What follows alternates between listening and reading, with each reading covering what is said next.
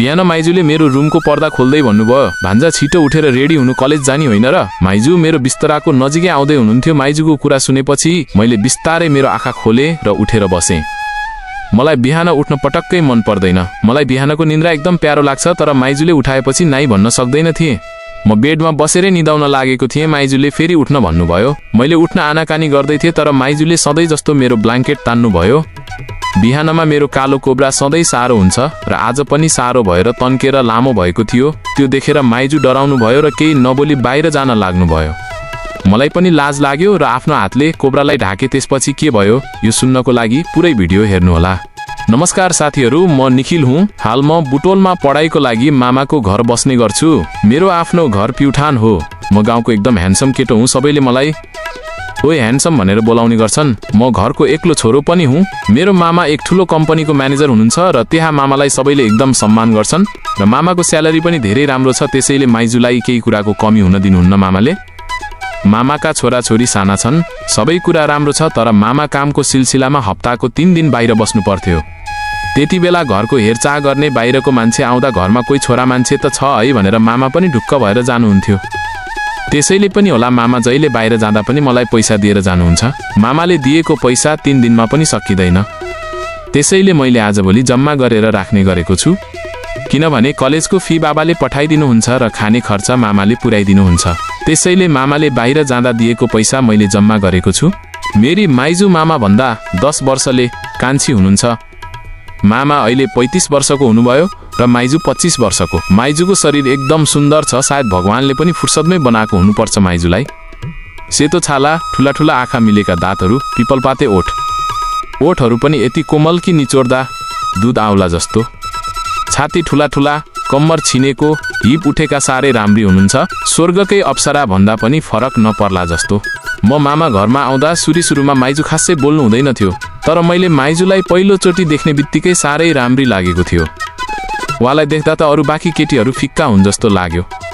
माइजू सुरुमा नबोले पनि पछि पछि झ्याम्मिन लाग्नुभयो। उहाँका साना साना बच्चाहरूलाई मैले हेर्थेँ माइजूले खाना बनाउँदा, अनि मैले होमवर्क गर्दा माइजूले सिकाइदिनुहुन्थ्यो।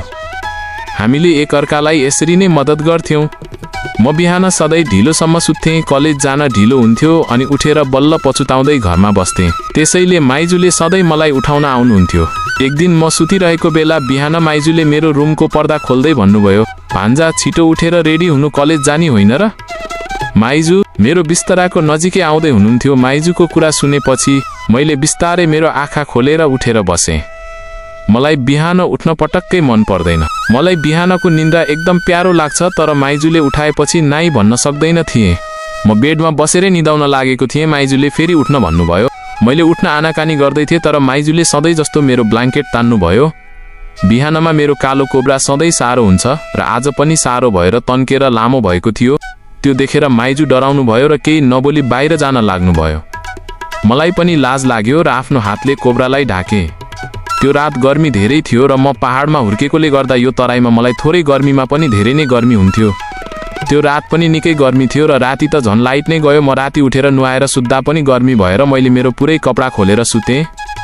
बिहान पख हल्का जाडो हुने हुँदा मैले पातलो ब्ल्याङ्केट ओढेर सुतेको थिएँ। मलाई बाहिर जान पनि लाज लाग्यो र म त्यो बिहान बाहिर पनि निस्किएन। माइजूले सानी बहिनीलाई पठाएर खाना खान बोलाउनु भयो। म जाम कि नजाम एकछिन सोचमा परेँ। भोक धेरै लागेको भएर मैले जाने सोचेँ। म मेरो रुमबाट बाहिर त आएँ, तर भान्साभित्र भने जाने आँट नै आउन सकेन। सानो भाइ आएर मेरो हात तानेर दादा आउनु भन्दै लगेर गयो। माइजूले खाना पस्कदै हुनुहुन्थ्यो। म गएर कुर्सीमा बसेँ।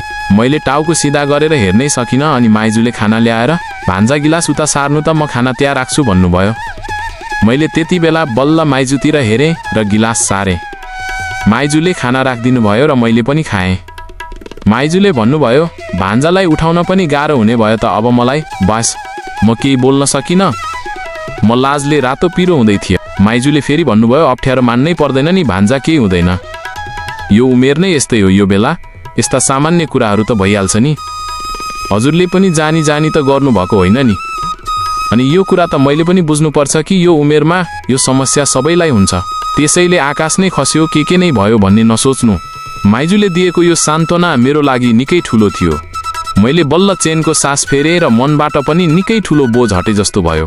मैले मनमनै सोचे, धन्न मामाले धेरै पढे लेखेको बुढी बिहे गर्नु भएछ, नत्र हाम्रो गाउँको जस्तो भइदिएको भए यति बेला पुरै गाउँका दिदी बहिनी भाउजूहरूले थाहा पाइसक्थे होला। म यो सोचेर मुस्कुराउँदै थिएँ।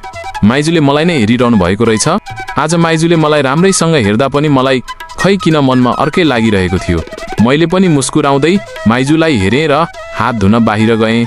त्यो दिन बिहान त साह्रै लाज लाग्यो, तर माइजूको कुराले पछि मन शान्त त भयो, तर मेरो मनमा यौनको चाहना भने तीव्र हुँदै आयो। मैले आज मोबाइलमा एडल्ट फिल्म हेरेर मजाले नै सोच बनाएँ।